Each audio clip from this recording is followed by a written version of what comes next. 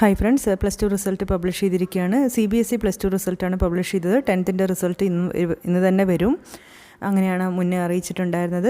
Central board of secondary education CBSE all India ലെവലുള്ള board ആയതുകൊണ്ട് തന്നെ ഇന്ത്യയിലെ മൊത്തക്കും ഇൻക്ലൂഡിങ് കേരളത്തിലടക്കം ഒത്തിരി സ്കൂൾസിൽ കുട്ടികൾ ഈ ബോർഡ് എക്സാം എഴുതിയിട്ടുണ്ട്. അവരുടെ റിസൾട്ടാണ് പബ്ലിഷ് ചെയ്തിരിക്കുന്നത്.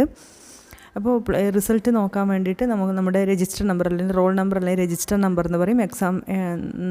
എക്സാമിൻ്റെ പേപ്പറിൽ നമ്മൾ എഴുതിയിരിക്കുന്ന ഹോൾ ടിക്കറ്റിൽ വന്ന നമ്മുടെ രജിസ്റ്റർ നമ്പറും പിന്നെ അമ്മയുടെ പേരുമാണ് ഇവിടെ അടിച്ചു കൊടുക്കാൻ സൗകര്യം കാണുന്നത്. നമ്മുടെ നോർമൽ ബോർഡ് സ്റ്റേറ്റിൻ്റെ ബോർഡ് എക്സാമിൽ ഡേറ്റ് ഓഫ് ബർത്താണ് ചോദിച്ചിരുന്നത്. ഇവിടെ അമ്മയുടെ പേരാണ് കാണുന്നത്.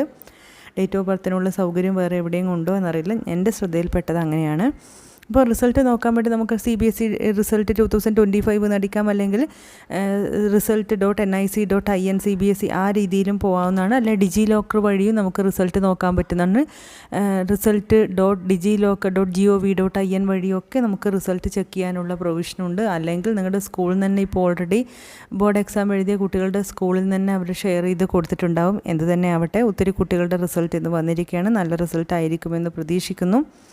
നിങ്ങൾക്ക് എങ്ങനെ ഫീൽ ചെയ്തു? നിങ്ങളുടെ റിസൾട്ട് നല്ലതാണോ? നിങ്ങളുടെ വീട്ടിൽ ആരുടെയെങ്കിലും CBSE റിസൾട്ട് ഇന്ന് വന്നിട്ടുണ്ടോ? ഹാപ്പിയാണോ? നമുക്കറിയാം, സ്റ്റേറ്റിലെ പോലെ 10 പേപ്പറൊന്നുമില്ല.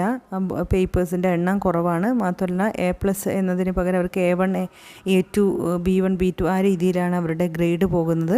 എന്തായാലും നിങ്ങളുടെ ഗ്രേഡ് എങ്ങനെയാണ്? ഹാപ്പിയാണോ? കംഫർട്ടബിളാണോ? ആക്ച്വലി റിസൾട്ടിൽ വലിയ കാര്യമുണ്ടോ എന്ന് ചോദിച്ചാൽ ഇല്ല, എങ്കിലും നമ്മുടെ ഹയർ എഡ്യൂക്കേഷന് പോകുമ്പോൾ അതിൻ്റെ മാർക്ക് ഗ്രേഡ് പരിഗണിക്കും. അതുപോലെ തന്നെ എഞ്ചിനീയറിങ്ങിനൊക്കെ ഡയറക്റ്റ് 50% വെയിറ്റേജ് ഉണ്ട്. എഞ്ചിനീയറിങ്ങിന് മാത്രമല്ല, മറ്റ് പല പ്രൊഫഷണൽ കോഴ്സസിനും ഇത് പരിഗണിക്കുന്നുണ്ട്. അതുകൊണ്ട് തന്നെ മാർക്കിൻ്റെ അടുത്ത് മാർക്കിന് പ്രാധാന്യമുണ്ട് എന്നതും വാസ്തവമാണ്.